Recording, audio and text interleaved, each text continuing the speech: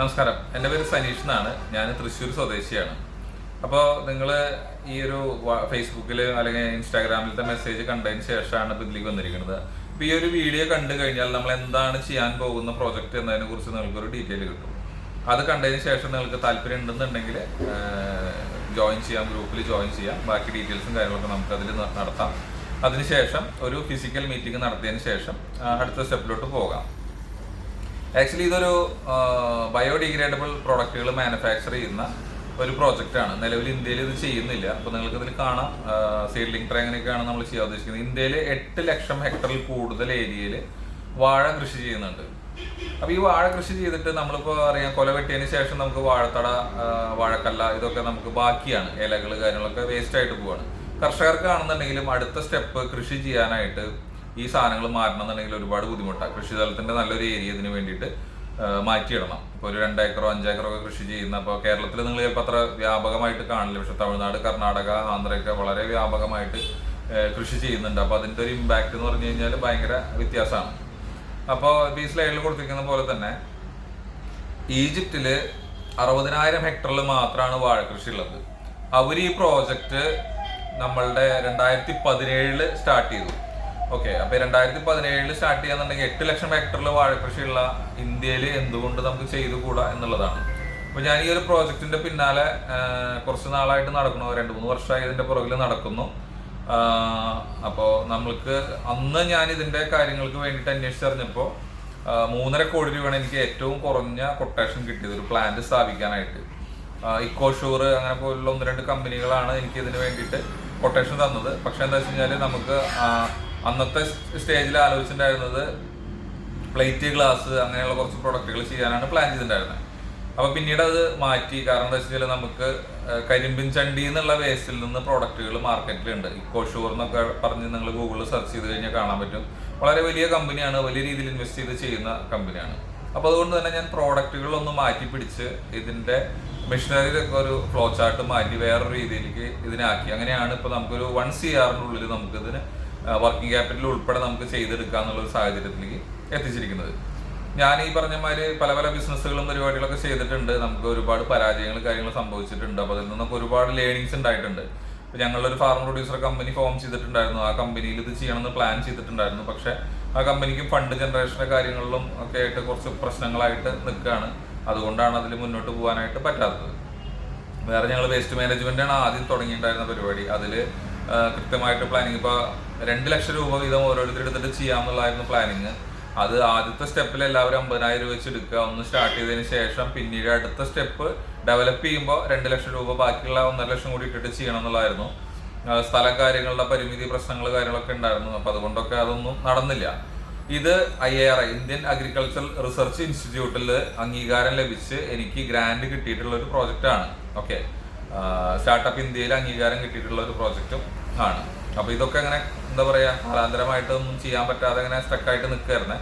ഇപ്പോൾ നമ്മൾ കൃത്യമായിട്ടുള്ള ഒരു ഇതിലേക്ക് എത്തിയിട്ടുണ്ട്. തമിഴ്നാട്, അതായത് നമുക്ക് കേരള തമിഴ്നാട് ബോർഡറിലായിട്ട് ഒരു സ്ഥലം എടുത്തുകൊണ്ട്, ലീസിന് എടുത്തുകൊണ്ട് അവിടെ ചെയ്യാമെന്നുള്ളതാണ്. ഇനി നമുക്ക് ഓൺ ലാൻഡ് മേടിക്കാൻ പറ്റുകയാണെന്നുണ്ടെങ്കിൽ അങ്ങനെ നമ്മൾ ആലോചിക്കുന്നുണ്ട്. ഓക്കെ, ഇപ്പോൾ ഈ ഫോട്ടോയിൽ കാണിച്ചിരിക്കുന്ന പ്രോഡക്റ്റുകൾ ആണ് ആ ഫസ്റ്റ് ഫേസിൽ നമ്മൾ ചെയ്യാൻ പോകുന്നത്. ഇപ്പോൾ നിങ്ങൾക്കറിയാം കുറേ പ്ലാസ്റ്റിക്കുകൾ നിരോധിച്ചിട്ടുണ്ട്. അപ്പോൾ അടുത്ത ഘട്ടം നിരോധനം വരാൻ പോകുന്ന പ്ലാസ്റ്റിക്കുകളിൽ പെട്ട ഒരു ഐറ്റമാണ് ഈ പറഞ്ഞ സീഡ്ലിംഗ് ട്രേ. സീഡ്ലിംഗ് ട്രേ എന്ന് പറഞ്ഞു കഴിഞ്ഞാൽ നിങ്ങൾക്കറിയാം വിത്ത് മുളപ്പിക്കാനുള്ള ട്രേ ആണ്. ഇത് പല സൈസിൽ പല വലുപ്പത്തിൽ വരുന്നുണ്ട്. ഇത് പാഴായി പോകുന്ന പ്ലാസ്റ്റിക് ഉപയോഗിച്ചിട്ടാണ് നിലവിൽ ഇത് ചെയ്യുന്നത്. അതിന് തൊട്ടപ്പുറത്ത് കാണിക്കുന്ന ഐറ്റം എന്ന് പറഞ്ഞു കഴിഞ്ഞാൽ വിത്ത് മുളപ്പിക്കാനുള്ള ഒരു കേക്കാണ്. അതായത് വളരെ ചെറിയ നമ്മുടെ എന്താ പറയുക ക്യാരംസിൻ്റെ കോയിൻ്റെ അത്ര വലിപ്പം ഉണ്ടാവുള്ളൂ.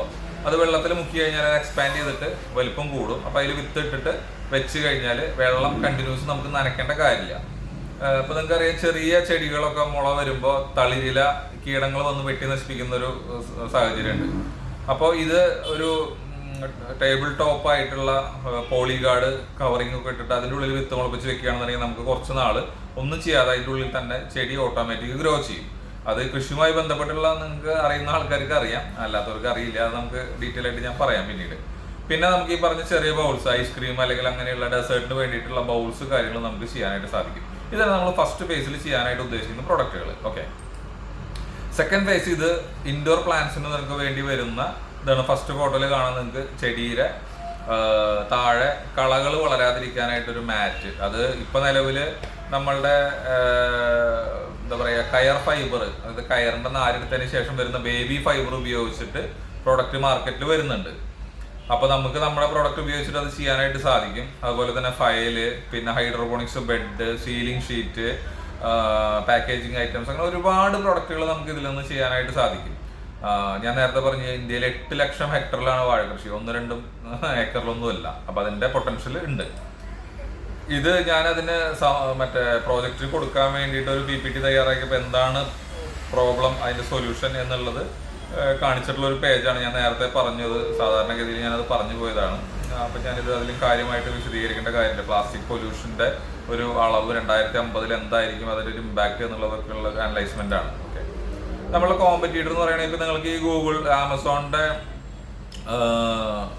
ആ അഡ്രസ്സ് കൊടുത്തിരിക്കുന്നത് ടൈപ്പ് ചെയ്ത് നോക്കി കഴിഞ്ഞാൽ കാണാൻ പറ്റും ഈ പ്രോഡക്റ്റിൻ്റെ എന്താ പറയുക കോസ്റ്റ് എത്രയാണ്, ആരൊക്കെയാണ് ഇങ്ങനത്തെ ചെയ്യണമെന്നുള്ളത്. പക്ഷെ നിലവിൽ അവർ ചെയ്യുന്നത് പേപ്പർ വേസ്റ്റ് ഉപയോഗിച്ചിട്ടാണ് ഈ പ്രോഡക്റ്റ് മാനുഫാക്ചർ ചെയ്യുന്നത്.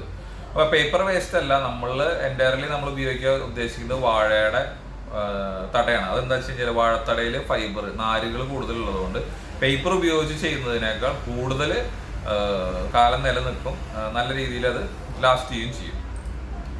ഇത് ഞാൻ നേരത്തെ പറഞ്ഞു ഇന്ത്യയിൽ 8 ലക്ഷം ഹെക്ടറിൽ വാഴ കൃഷി ഉണ്ട് എന്നുള്ളത്. അപ്പോൾ ഇതിനെ നമ്മൾ 2 സോണായ 3 സോണൊക്കെ ആയിട്ട് തിരിക്കുകയാണെന്നുണ്ടെങ്കിൽ നമുക്ക് ഇന്ത്യയിൽ തന്നെ 3-4 പ്ലാന്റുകൾ ഇടാനുള്ള പൊട്ടൻഷ്യൽ ഉണ്ട്.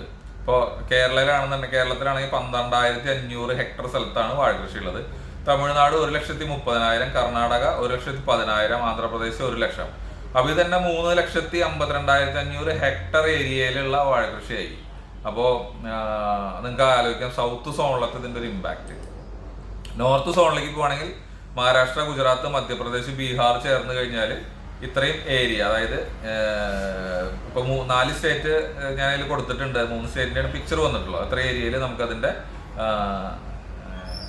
കൃഷി അവൈലബിൾ ആണ്. അപ്പോൾ അതായത് റോ മെറ്റീരിയൽ ഉണ്ട്. നമ്മൾ നോർത്തിലും യൂണിറ്റ് തുടങ്ങുകയാണെന്നുണ്ടെങ്കിൽ അതിൻ്റെ പോസിബിലിറ്റിയാണ് ഞാൻ പറഞ്ഞത്. ഇത് രണ്ടും കൂടെ ചേർന്നിട്ട് 8 ലക്ഷത്തോളം വരുന്ന ഏരിയയിലെ വാഴക്കൃഷി വരുന്നതാണ്. അപ്പോൾ റോ മെറ്റീരിയലിൻ്റെ ഭാഗത്ത് നമുക്ക് യാതൊരുവിധ ബുദ്ധിമുട്ടും ഉണ്ടാവില്ല എന്നുള്ളതാണ്. ഇപ്പോൾ വാഴനാര് ഉപയോഗിച്ചിട്ട് പല പ്രൊഡക്റ്റുകളും കാര്യങ്ങളൊക്കെ ചെയ്യുന്നുണ്ട് എങ്കിലും വാഴനാര് ഉപയോഗിച്ചിട്ട് ചെയ്യുന്നതിന് കോസ്റ്റ് കൂടുതലാണ്. അങ്ങനെ വാഴയുടെ നാര് എക്സ്ട്രാക്ട് ചെയ്തെടുക്കണം, അതിൽ നല്ല നാരുകൾ കിട്ടണം. അപ്പോൾ അതൊക്കെ ചിലവ് കൂടുതലുള്ള കാര്യങ്ങളാണ്. അതൊക്കെ ചെറിയൊരു ലെവലിലാണ് നടന്നു പോകണുള്ളൂ. അപ്പോൾ അതിൽ നിന്ന് ഉൽപ്പാദിപ്പിക്കുന്ന ഉൽപ്പന്നങ്ങൾക്ക് നിങ്ങൾക്ക് തന്നെ അറിയാം. ഇപ്പോൾ ഷർട്ട് കാര്യങ്ങളൊക്കെ നോക്കുകയാണെങ്കിൽ തന്നെ 2,000-3,000 കൊടുത്തിട്ട് ഒരു സാധാരണക്കാരന് മേടിക്കാൻ കഴിയുന്ന ഒരു ഇതല്ല. അപ്പോൾ നമ്മൾ മിഡിൽ ക്ലാസ്സിനെ അല്ലെങ്കിൽ ആ ഒരു സെഗ്മെന്റിനെ ഫോക്കസ് ചെയ്യാണ്.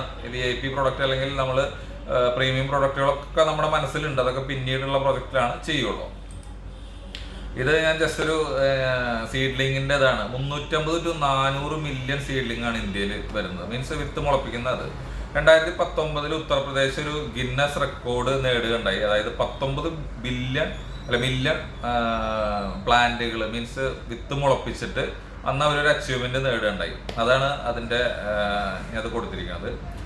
പിന്നെ ഇത് തായ് റൂട്ടും കേൾ റൂട്ടും എന്നുള്ള ഒരു സംവിധാനമാണ്. അതിപ്പോൾ ഞാൻ എക്സ്പ്ലെയിൻ ചെയ്യുന്നില്ല, കൃഷിയുമായി ബന്ധപ്പെട്ടുള്ള ആൾക്കാർക്ക് അറിയാം. ഇത് നമ്മുടെ നെക്സ്റ്റ് ലെവൽ പ്രോജക്റ്റ് ചെയ്യുന്നതിൻ്റെ ഒരു പ്രോഡക്റ്റാണ് ഈ കാണിച്ചിരിക്കുന്നത് നടുക്കിൽ. നിലവിൽ കയറിൻ്റെ ബേബി ഫൈബർ ഉപയോഗിച്ചിട്ട് നിലവിൽ പ്രോഡക്റ്റ് മാർക്കറ്റിലുണ്ട്. അത്ര വൈഡായിട്ട് ചെയ്യുന്നില്ല, എന്നിരുന്നാലും നമ്മൾക്കും ഇത് ചെയ്യാനായിട്ട് സാധിക്കും. ഇപ്പോൾ റബ്ബർ കർഷകർക്ക് അറിയാം, റബ്ബറിൻ്റെ കൂടത്തൈയും അതേമാതിരി തന്നെ സാധാരണ കവറിലുള്ള തൈയിലുള്ള വ്യത്യാസമുണ്ട്. അത് ജസ്റ്റ് ഗൂഗിളിൽ നോക്കി കഴിഞ്ഞാൽ കാണാം അതിൻ്റെ വ്യത്യാസം. അതായത് വേര് ചുറ്റി പിണഞ്ഞ് കിടക്കുന്നതും വേര് സ്ട്രെയിറ്റ് ആയിട്ട് വരുന്നതും തമ്മിൽ വ്യത്യാസമുണ്ട്.